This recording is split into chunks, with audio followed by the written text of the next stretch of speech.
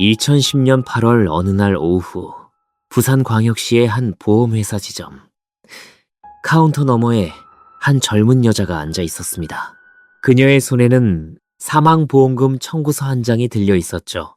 청구의 사유는 자신의 동생이 2달 전 갑자기 세상을 떠났다는 것이었습니다.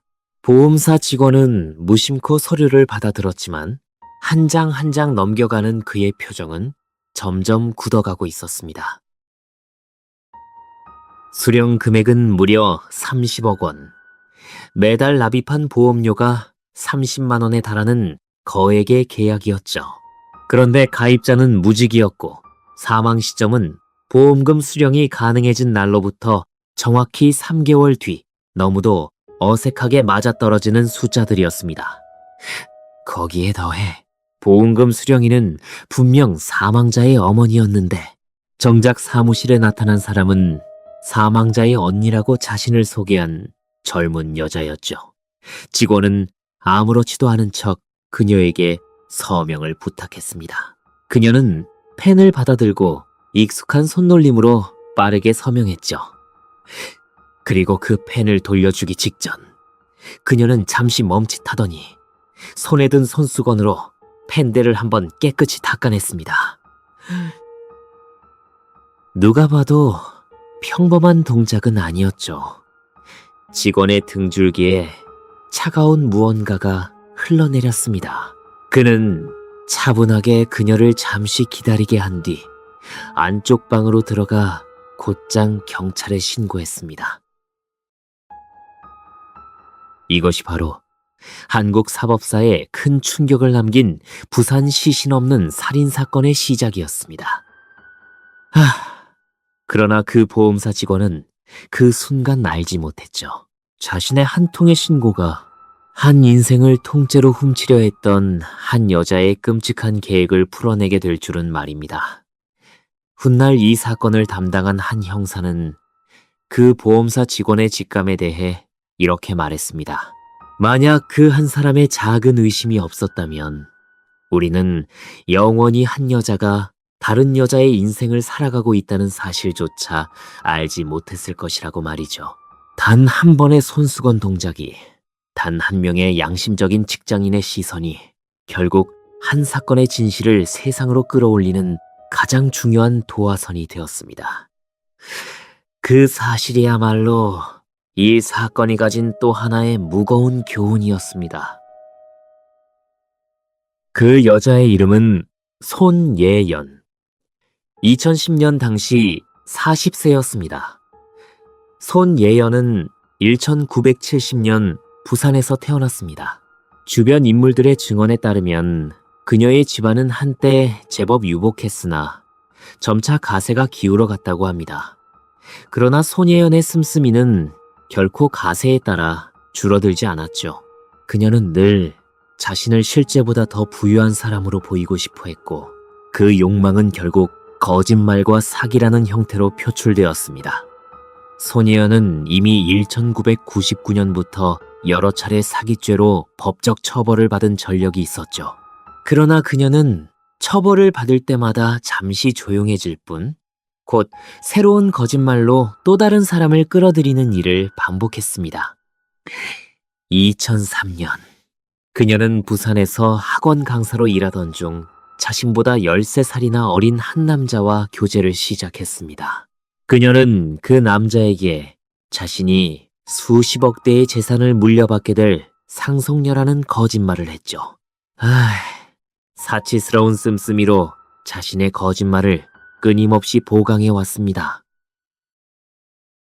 2005년에는 한 신용카드 회사가 주관하던 백혈병 어린이 돕기 캠페인에 글을 보냈습니다. 자신은 남편과 헤어진 후 혼자서 백혈병을 앓는 아이를 어렵게 키우고 있다는 사연이었죠. 손예연에게는 실제로 백혈병을 앓던 어린 딸이 있었던 것이 사실이었습니다. 그러나 그녀는 카드사로부터 받은 지원금조차 자신의 사치를 위해 모두 탕진해버렸습니다. 자기 딸의 병원비조차 제대로 쓰지 않은 그 돈은 손예연이라는 사람의 본질을 가장 적나라하게 보여주는 한 장면이었죠. 2009년 그녀는 부산 계금동에 작은 카페를 열었습니다. 그러나 영업은 부진했고 같은 해에 자궁질환까지 겹치면서 카페를 더 이상 운영할 수 없게 되었죠. 다시 무직 상태가 된 그녀는 다음해 위조 서류를 이용해 창업 자금을 부정 수령했습니다. 그러나 이마저도 곧 조합 측에 발각되어 손예연은 사문서 위조와 사기 혐의로 또다시 법의 칼날 앞에 서게 되었습니다. 설상가상으로 그녀의 13살 연하 남자친구가 그녀의 모든 거짓말을 알아차리기 직전이었죠. 그녀가 사실은 결혼한 적이 있고 이미 한 명의 딸이 있다는 사실. 그녀가 말하던 수십억 대의 상속이 처음부터 끝까지 모두 거짓이었다는 사실. 그 모든 진실이 한꺼번에 드러나는 순간 그녀가 평생을 쌓아온 거짓의 성은 한순간에 무너질 운명에 처해 있었습니다. 바로 그 시점에서 손예연은 한 가지 끔찍한 결심을 하게 됩니다. 자신을 죽이기로 한 것이었죠. 정확히는 자신이 죽은 것처럼 위장하기로 한 것이었습니다. 그리고 그 위장을 위해 자신과 비슷하게 생긴 또 다른 여자를 찾아내 그 여자를 자신 대신 죽게 만들어야 한다는 결론에 도달했습니다.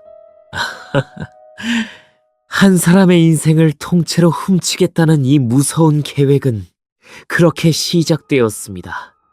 손예연의 주변 사람들은 훗날 입을 모아 이렇게 증언했다고 합니다. 손예연은 40세였음에도 불구하고 마치 30대 초반처럼 보일 만큼 젊고 단정한 외모를 가진 사람이었다고 말이죠. 어쩌면 그 외모가 그녀에게는 평생을 걸쳐 거짓말의 가장 든든한 무기였을지도 모릅니다. 그녀는 누군가를 만날 때마다 자신을 실제 나이보다 어리게 소개했고 자신의 학력이나 재산을 늘 부풀려 말했죠. 그 거짓말은 그녀의 일상 자체였고 결국 거짓말이 그녀를 보험 사기와 살인이라는 결말까지 끌고 가고 말았습니다. 그녀를 2010년 4월부터 손예연의 인터넷 검색 기록에는 평범한 사람의 일상에서는 결코 등장할 일이 없는 단어들이 나타나기 시작했습니다. 여성 노숙자 쉼터, 독극물의 종류와 효과, 사망 신고 절차. 그녀는 자신이 죽은 사람이 되기 위해 필요한 모든 정보를 한 항목씩 차근차근 수집해 나갔습니다. 그리고 처음에 그녀가 떠올린 살인수단은 농약이었습니다. 그러나 농약을 사용하면 사체 부검 시 독살의 흔적이 명확히 남는다는 사실을 알게 되자 그녀는 흔적을 남기지 않을 만한 특정한 독극물을 직접 제조하는 방법을 선택했습니다. 그녀는 실제로 그 독극물의 원료를 구입했죠. 그리고 자신만의 레시피로 한 잔의 음료에 섞었을 때 흔적이 거의 남지 않는 독을 만들어 두었습니다. 같은 해 5월부터 손예연은 본격적으로 생명보험에 가입하기 시작했습니다. 단 한두 개가 아니었습니다. 짧은 한 달 사이에 그녀는 무려 7개의 생명보험 계약을 체결했죠. 그 계약들이 모두 효력을 발생할 경우 사망 시 수령할 수 있는 보험금 총액은 약 24억 원에 달했습니다. 일부 자료에 따르면 그 금액은 30억 원을 넘기도 했죠. 보험금 수령인은 모두 그녀의 어머니였습니다. 준비가 끝나자 손예연은 마지막 한 조각을 찾아 나섰습니다. 자신과 비슷한 또래에, 자신과 비슷한 외모에, 그리고 무엇보다 가족이나 연고지가 거의 없는 한 여자. 그녀가 향한 곳은 대구의 한 여성 노숙자 쉼터였습니다. 거기서 그녀는 한 여자를 발견했죠. 그 여자의 이름이 바로 이 사건의 진짜 피해자 김은혜였습니다. 김은혜는 2010년 당시 26살의 젊은 여성이었습니다. 그녀의 가정 형편은 어려웠고 그녀는 갈 곳이 없어 노숙자 쉼터에서 생활하고 있었습니다. 그러나 쉼터의 직원들과 동료들은 김은혜를 한결같이 이렇게 기억했다고 합니다. 누구보다 성실하고 품행이 바른 사람이었다고 말이죠. 그녀는 매일 쉼터의 청소를 자청해서 도왔고 작은 친절에도 늘 진심으로 고마워하던 사람이었습니다. 김은혜의 어린 시절은 결코 평탄하지 않았습니다. 가정 형편이 어려워 일찍이 가족과 멀어진 그녀는 일정한 거처조차 마련하지 못한 채 여러 곳을 전전했죠. 그러다 마침내 도착한 곳이 대구의 그 노숙자 쉼터였습니다. 그곳에서 그녀는 정해진 시간에 일어나 쉼터의 일을 돕고 정해진 시간에 식사를 하고 다시 정해진 시간에 잠자리에 드는 가장 단순하지만 가장 안정된 일상을 보내고 있었습니다. 그 단순한 일상조차 그녀에게는 너무도 소중한 것이었죠. 쉼터의 한 관계자는 훗날 인터뷰에서 이렇게 회상했다고 합니다. 김은혜는 누군가가 자신에게 따뜻한 한마디를 건네면 며칠 동안 그 한마디를 마음속에서 곱씹는 사람이었다고 말이죠. 자신이 받은 친절을 잊지 못해 다음 날이면 꼭 무엇이라도 보답하려고 애쓰는 사람이었다고 말입니다. 그런 그녀에게 손예연이 건넨 부산 어린이집의 일자리 제안은 단순한 직업의 약속이 아니라 자신의 인생을 다시 시작할 수 있는 한 번의 기회처럼 느껴졌을 것입니다. 2010년 6월 16일 손예연은 그 쉼터의 직접 모습을 드러냈습니다. 그녀는 자신을 부산에서 어린이집을 운영하는 원장이라고 소개했죠. 그리고 김은혜를 콕 집어 이렇게 말했습니다. 우리 어린이집에서 사람을 구하고 있는데 마침 인상이 따뜻해 보여서 함께 일해보고 싶다고. 부산에 내려가면 숙식도 제공하고 정식으로 채용해주겠다고 말이죠. 김은혜에게는 그 제안이 마치 한 줄기의 비처럼 느껴졌을 것입니다.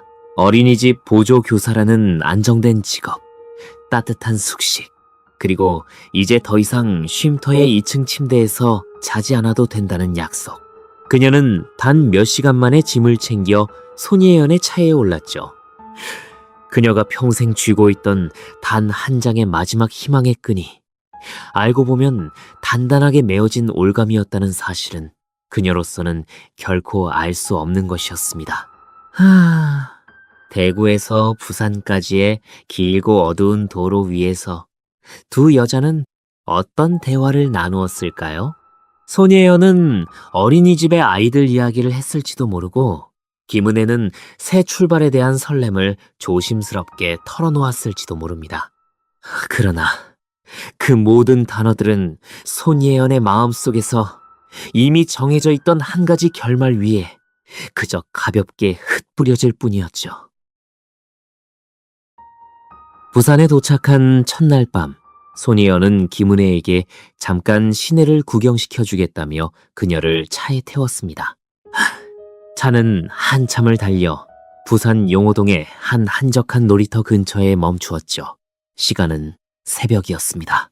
손예연은 김은혜에게 미리 준비해둔 음료수 한 잔을 건넸습니다. 길을 오느라 목이 마를 텐데 한 잔 마시라며 말이죠.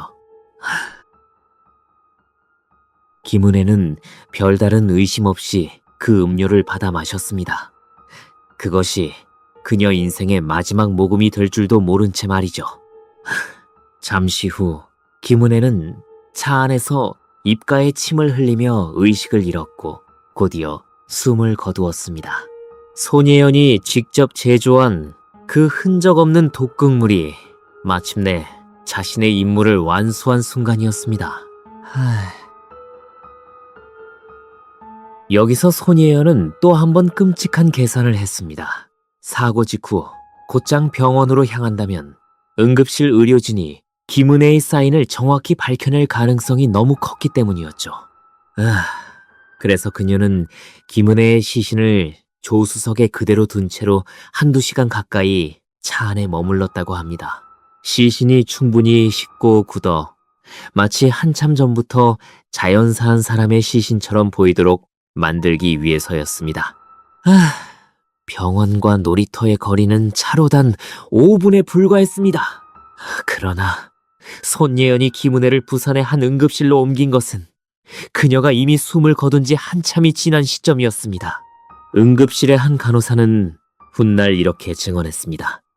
그녀의 몸은 마치 마네킹처럼 딱딱했고 차가웠다고, 마치 한두 시간 전에 이미 죽은 사람을 데리고 온 것 같은 상태였다고 말이죠. 그러나 그 시점에서 누구도 깊이 의심하지 않았습니다.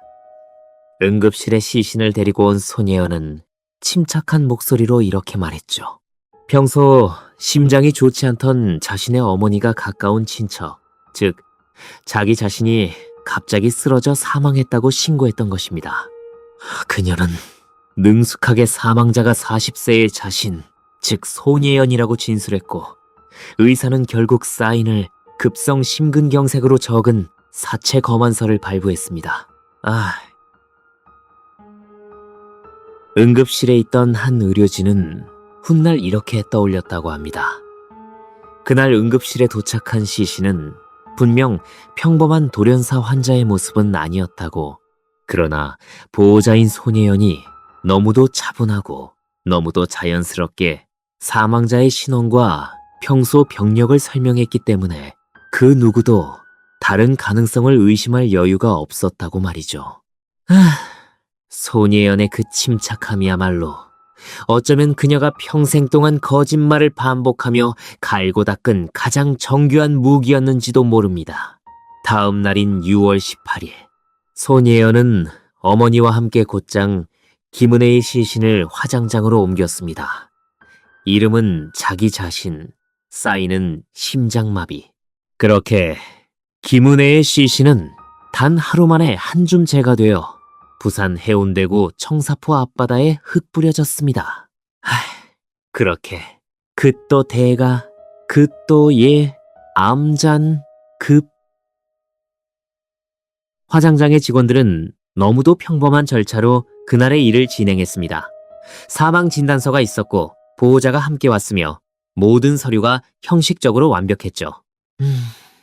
누구도 그 작은 항아리 속에 한 줌으로 변해 들어가는 그 사람이 하루 전 대구의 한 노숙자 쉼터에서 새 일터로 떠난다며 짐을 챙기던 26살의 김은혜라는 사실을 알지 못했습니다. 한 사람의 마지막 길을 배웅하는 그 자리에는 정작 그 사람을 진심으로 슬퍼할 수 있는 단 한 명의 가족도 친구도 함께하지 못한 것입니다. 지구상에서 김은혜라는 한 사람의 마지막 흔적이, 가장 결정적인 증거가 그렇게 흔적도 없이 사라져버린 것입니다. 그날 청사포의 바닷바람은 김은혜의 가루가 된 몸을 어디로 데려갔을까요? 손예연은 그 자리에서 무엇을 생각하고 있었을까요? 어쩌면 그녀는 자신의 완벽한 알리바이가 마침내 완성되었다는 안도감을 느끼고 있었을지도 모릅니다. 이제 손예연은 공식적으로 죽은 사람이었습니다.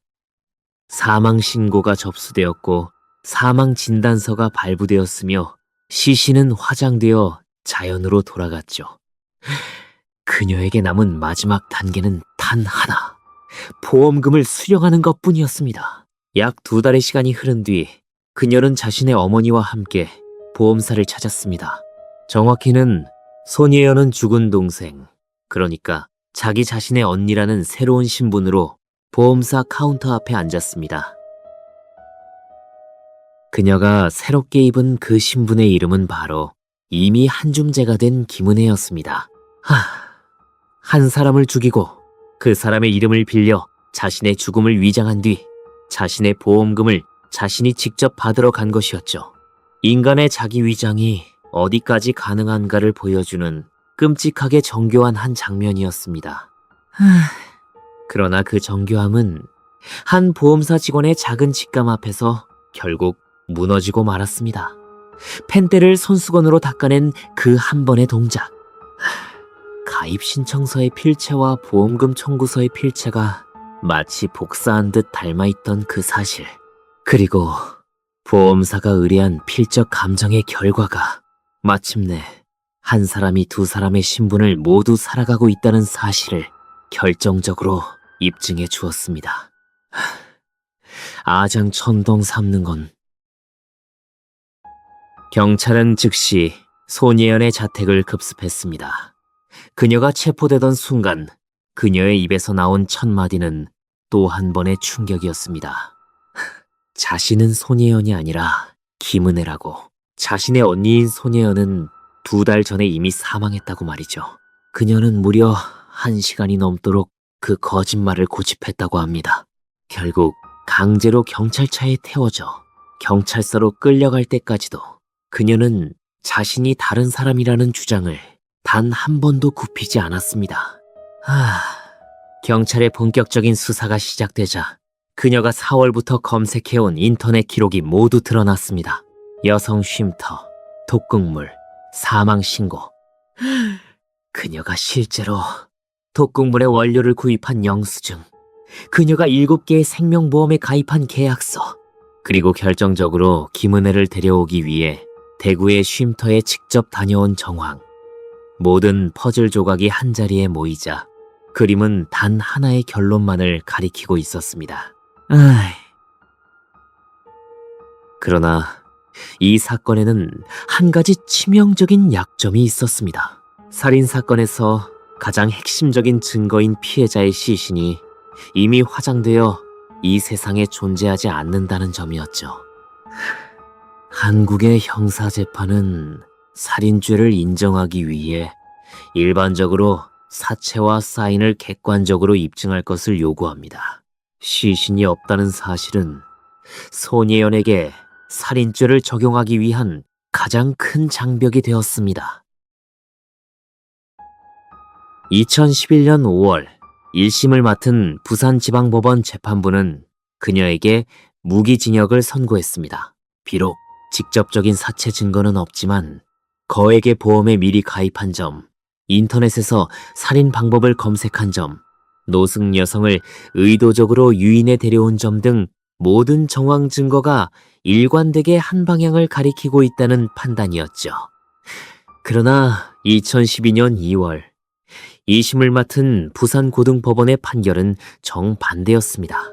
재판부는 피고인이 피해자를 유인해 살해했을 것이라는 강력한 의심이 들기는 하나 구체적인 범행 방법이 입증되지 않았고 사망 원인이 객관적으로 밝혀지지 않은 이상 살인죄를 인정할 수는 없다는 결론을 내렸습니다. 결국 손예연에게는 살인죄 대신 사기죄와 사체은닉죄만이 적용되어 단 5년의 징역형이 선고되었죠. 이 판결은 즉시 사회적인 분노를 불러일으켰습니다. 시신을 화장만 해버리면 그 어떤 잔혹한 살인도 처벌받지 않는다는 위험한 선례가 만들어질 수 있다는 우려가 쏟아졌죠.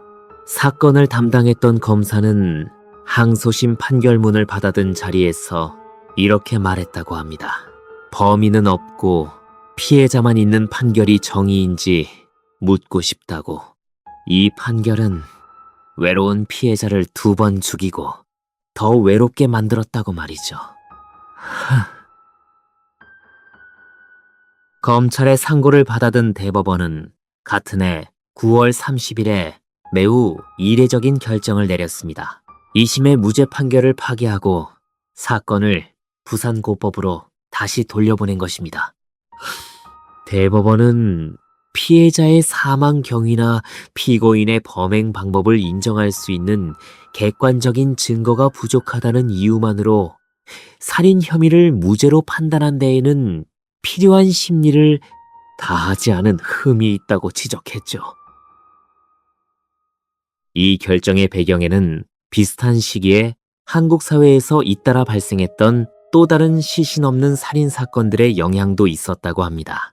1997년 부산에서 발생한 또 다른 시신 없는 살인 사건에서는 피의자의 차에서 발견된 피해자의 혈액량을 토대로 사망 사실이 인정되어 피의자에게 무기징역이 확정된 사례가 있었죠. 또한 2010년에는 이른바 인천 산낙지 살인사건과 같은 또 다른 시신 없는 살인사건이 사회적으로 큰 주목을 받기도 했습니다. 한국 사법부는 이 사건들을 거치며 시신이 없더라도 정황 증거의 무게가 충분하다면 살인죄를 인정할 수 있다는 새로운 판례의 흐름을 조금씩 만들어가고 있던 시점이었습니다. 2013년 3월 27일 다시 열린 부산고법의 파기환송심은 손예연에게 다시 무기징역을 선고했습니다. 재판부는 피해자가 돌연사하거나 자살할 개연성이 없고 피고인이 인터넷에서 독극물을 검색했으며 그 독극물을 먹은 사람에게서 침이 흘러나왔다는 정황까지 종합할 때 피고인이 독극물로 피해자를 살해했다는 사실이 충분히 인정된다고 판단했습니다. 같은 해 6월 28일 대법원은 재상고심에서 마침내 무기징역을 최종 확정했습니다. 사건이 발생한 지 약 3년, 5차례의 재판 끝에 내려진 결론이었죠. 한국 사법사에서 시신이 존재하지 않는 살인사건에 대해 정황 증거만으로 무기징역이 확정된 매우 의미 있는 한 판례였습니다. 판결 이후 한국 사회는 김은혜라는 한 여자를 다시 한번 떠올렸습니다. 그녀에게는 화려한 직업도, 든든한 가족도, 호화로운 집도 없었습니다. 그녀가 가진 것이라고는 누군가의 친절에 진심으로 고마워할 줄 아는 따뜻한 마음 한 조각뿐이었죠. 그러나 바로 그 마음 한 조각이 손예연이라는 한 여자에게는 이용해 먹기 가장 쉬운 약점으로 보였던 것입니다.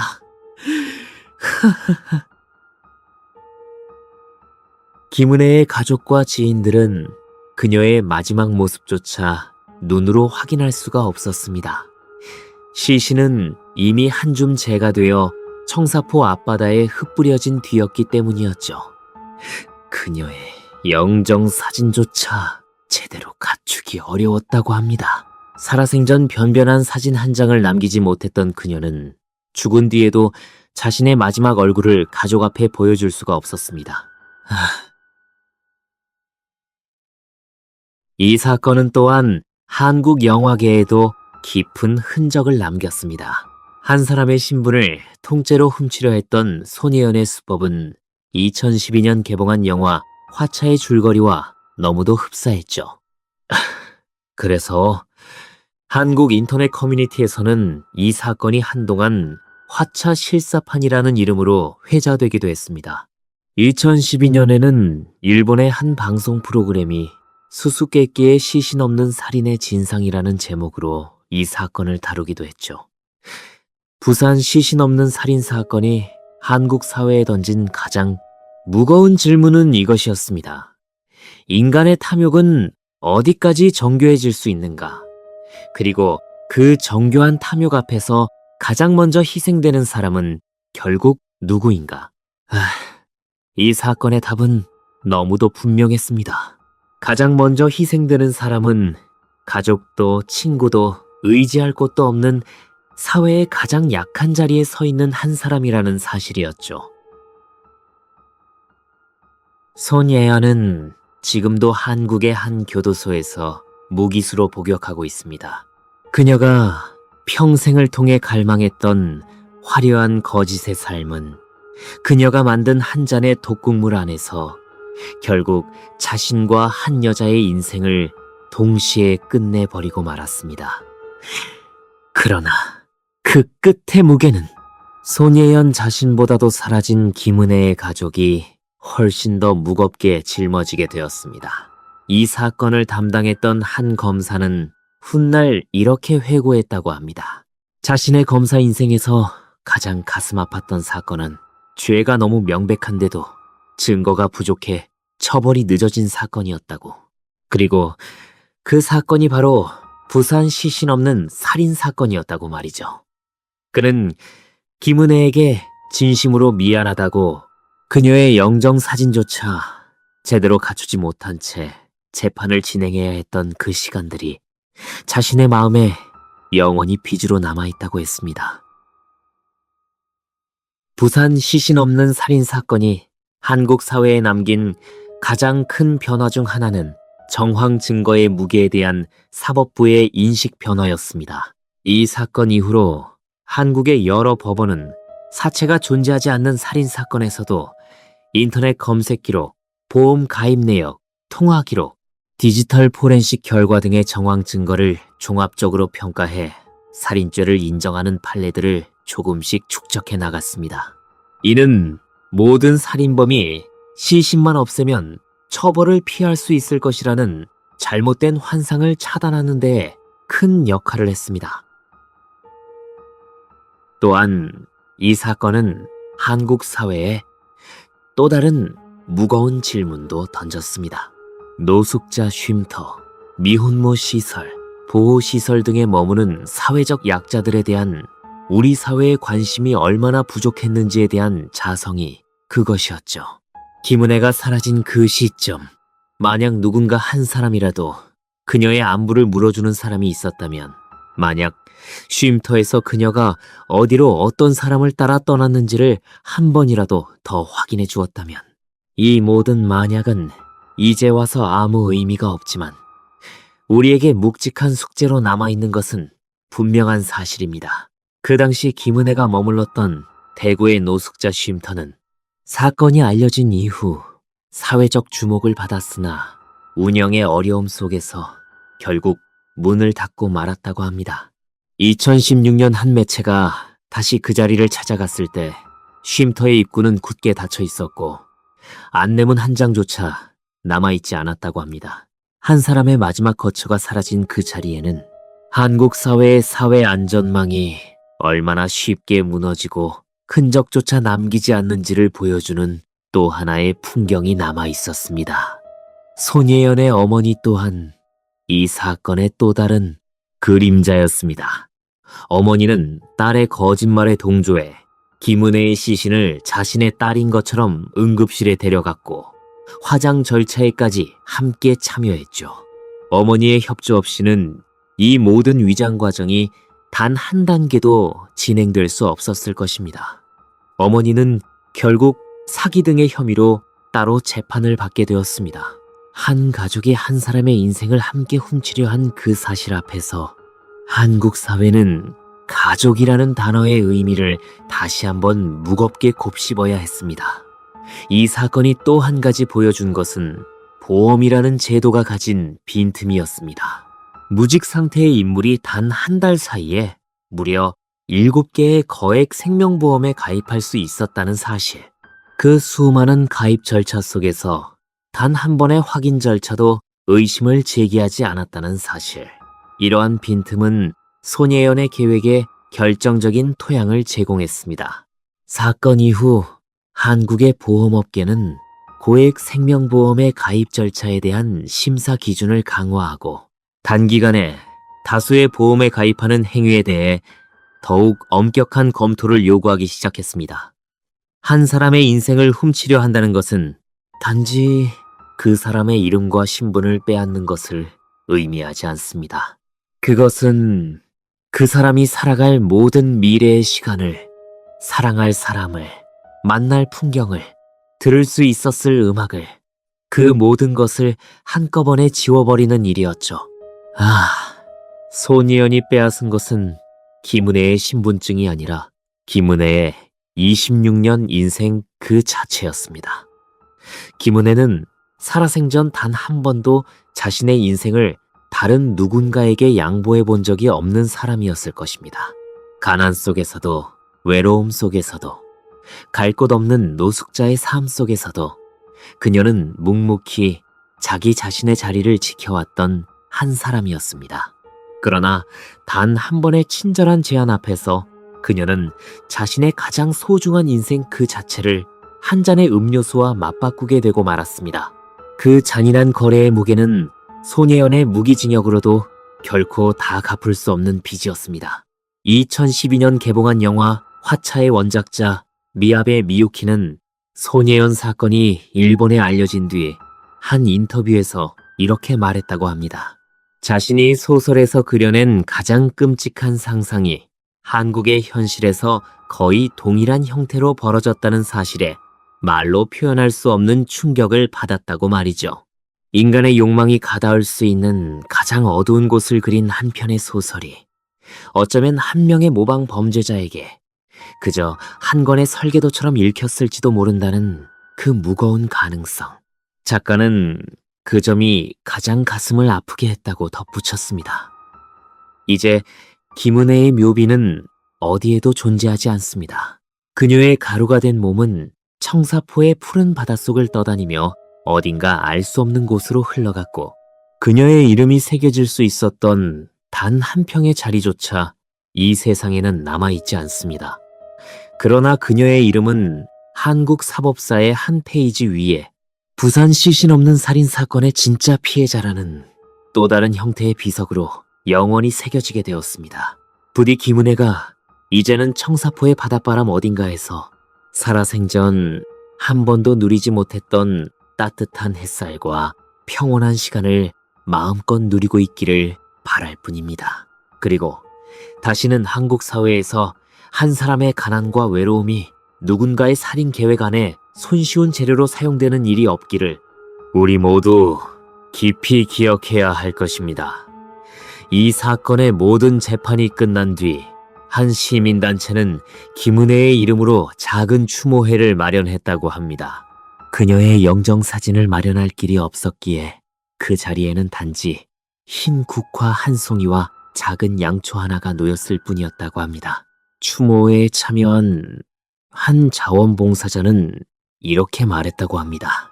우리는 김은혜라는 사람의 얼굴조차 정확히 알지 못하지만 한 인간이 이 세상에 잠시라도 머물렀다는 사실 그 자체를 기억하기 위해 이 자리에 모였다고 말이죠. 그 작은 촛불 하나는 김은혜의 가루가 된 몸이 마지막으로 흩뿌려진 청사포의 바다 쪽을 향해 조용히 흔들리고 있었다고 합니다. 청사포의 그 바다는 오늘도 그 자리에 그대로 있습니다. 그러나 그 바닷속 어딘가를 떠다니고 있을 한 줌의 가루를 떠올려 보는 사람은 이제 거의 남아있지 않습니다.